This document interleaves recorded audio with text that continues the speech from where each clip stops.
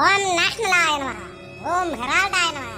ഓ എന്റെ മോനെ PM ആക്കണം നമഃ. അയ്യോ എന്റെ മോനെ PM ആക്കണം നമഃ. Mummy mummy. എന്റെ മോന്റെ വിളിയല്ലേ കേൾക്കുന്നത്? അതെ അമ്മേ, ഞാനാ വിളിച്ചത്. എന്താണ് അമ്മേ ഈ ചെയ്യുന്നത്? എടാ മണ്ട, എല്ലാം നീ കാരണം തന്നെയാണ്. ഇതിനുള്ള പരിഹാരമായിട്ടാണ് ഈ ഹോമങ്ങളൊക്കെ നടത്തുന്നത്. എന്തൊക്കെ ചെലവെന്നറിയാമോ നിന്നെ കൊണ്ട്? ഈ ഹോമം നടത്തി ഞാൻ PM ആവോ മമ്മി? എന്നെ കൊണ്ടൊന്നും പറയത്തേക്കണ്ട. നീ പോയ കാര്യം എന്തായി അത് പറ ആദ്യം. ഓ, ഒന്നും നടന്നില്ല. നാമയും ചായയും കൂടി എന്നെ ഊക്കി വിട്ട്. എന്നാ പിന്നെ വിളിക്ക് നമ്മുടെ ഗാർഗെ. ഗാർഗെ, പെട്ടെന്ന് വരൂ ഗാർഗെ. എന്നെ വിളിച്ചായിരുന്നോ? എന്താ കാര്യം? ഗാർഗെ, എന്റെ മോനെ PM ആക്കാൻ പറ്റില്ലെന്നാണ് അങ്ങനെ പറയുന്നത്. ഒന്നുമില്ല, എന്റെ കേസുകളെല്ലാം അവതാളത്തിലായിക്കൊണ്ടിരിക്കുകയാണ്. എന്തെങ്കിലും ഒന്ന് ചെയ്യ്. ഞാൻ പോയിട്ട് എന്തെങ്കിലും വഴിയുണ്ടോ നോക്കിയിട്ട് വരാം.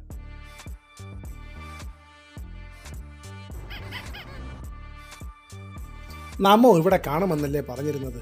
എന്തായാലും ഒന്ന് വിളിച്ചു നോക്കാം. നമോ. ആരാ അവിടെ വിളിച്ചത്? അല്ല, ഇതാര്? ഖാർഗെ. എന്താ കാര്യം ഖാർഗെ? നിങ്ങളെൻ്റെ പയ്യനെ പേടിപ്പിച്ചെന്ന് കേട്ടല്ലോ. അത് ചോദിക്കാൻ വേണ്ടി വന്നതാണ്.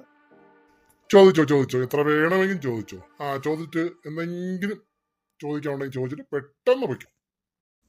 ഞാൻ ചോദിച്ചു, ഞാൻ പോണ്. ഇവനെയൊക്കെ കൊണ്ട് വലിയ ശല്യം തന്നെ. കെജിരി, എന്തെങ്കിലും പോകാൻ വഴിയുണ്ടോ? ആ ചെറുക്ക അവിടെ കിടന്ന് കയറ് പൊട്ടിക്കുകയാണ്. വല്ല വഴിയുണ്ടെങ്കിൽ ഒന്ന് പറ. എന്തൊരു പറയാനാണ്, അവനെ കൊണ്ട് ശല്യം തന്നെ. കണ്ടില്ല, എന്റെ അവസ്ഥ തലയിൽ മുണ്ടിട്ട് തന്നെ പുറത്തിറങ്ങണം എന്നുള്ളതാണ്.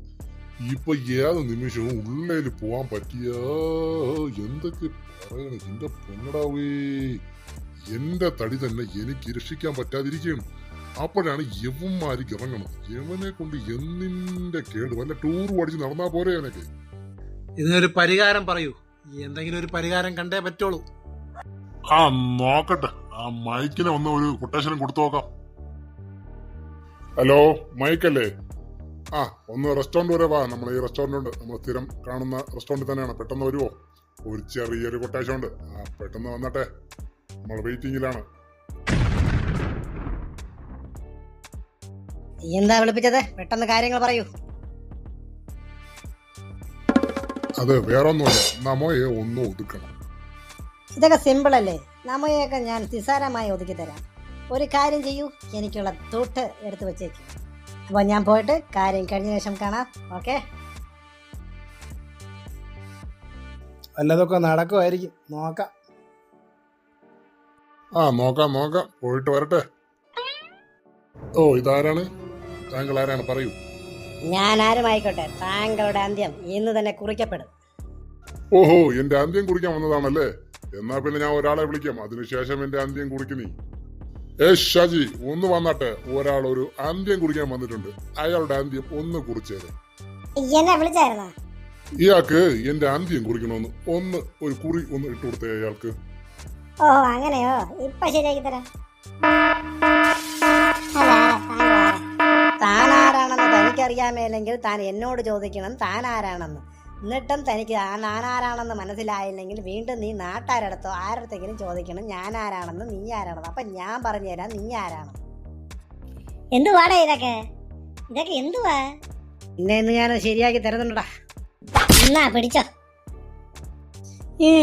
എനിക്ക് അടി കിട്ടിയേ. അയ്യോ, എന്നെ അടിക്കല്ലേ. എന്നാ പിന്നെ തിരിഞ്ഞു ഓടറേ. അയ്യോ, സബാഷ് മോനെ, സബാഷ്. പിന്നെ അല്ല, ഞാൻ ആരാണെന്ന് ഇവനെ അറിഞ്ഞൂടാ.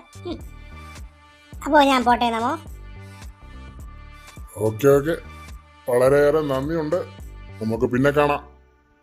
നാടും നാട്ടാരും എന്റെ വീക്ക്നെസ് ആണ്. രാജ്യം പരമപ്രധാനം, നല്ലവർക്ക് സമാധാനം.